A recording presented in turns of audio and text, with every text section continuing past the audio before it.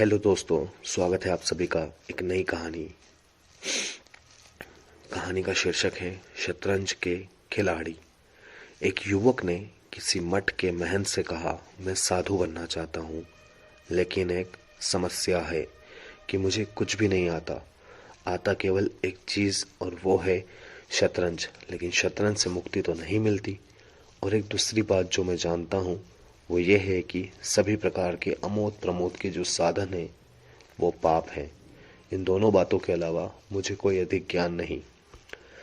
इस पर महंत ने उस युवक से कहा, हाँ, वे पाप तो हैं, लेकिन उनसे मन ही बहलता है, और क्या पता उस मठ को उनसे भी कोई लाभ पहुंचे। महंत ने शतरंज के एक खिलाड़ी की बिसात बिछाई और युवक को शतरंज की एक बाजी खेलने को कहा। सब खेल शुरू होने वाला था। महंत ने युवक से कहा कि देखो, हम शतरंज की एक बाजी खेलेंगे, और अगर मैं हार गया तो मैं इस मठ को हमेशा के लिए छोड़ दूंगा। तुम मेरा स्थान ले लोगे।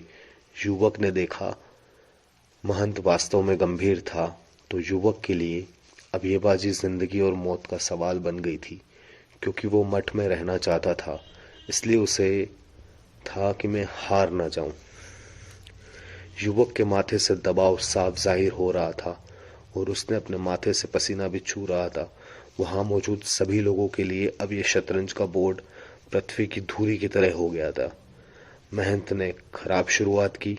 युवक ने कई कठोर चालें चली, लेकिन उसने क्षण भर के लिए महंत के चेहरे को देखा, फिर जानबूझकर खराब खेलने लगा।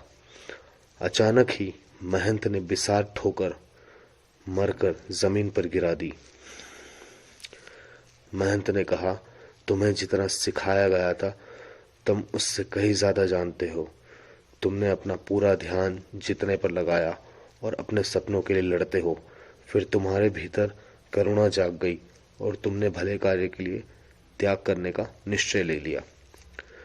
महंत के जारी रखते हुए महंत कहता है, तुम्हारा मठ में स्वागत है, क्योंकि तुम जानते हो कि कैसे अनुशासन और करुणा के साम्राज्य को स्थापित किया जाए, इसलिए तुम ये कर सकते हो। उस दिन के बाद उस लड़के को महंत बना दिया गया। तो यही एक कहानी थी। इससे हमें यही सीख मिलती है कि जिंदगी में जो काम होते हैं वो जरूरी नहीं है कि हमेशा आपको जीत मिले। कहानी का कहने का मतलब यही है, हमेशा जीतने वाले को बाजीगर नहीं कहता।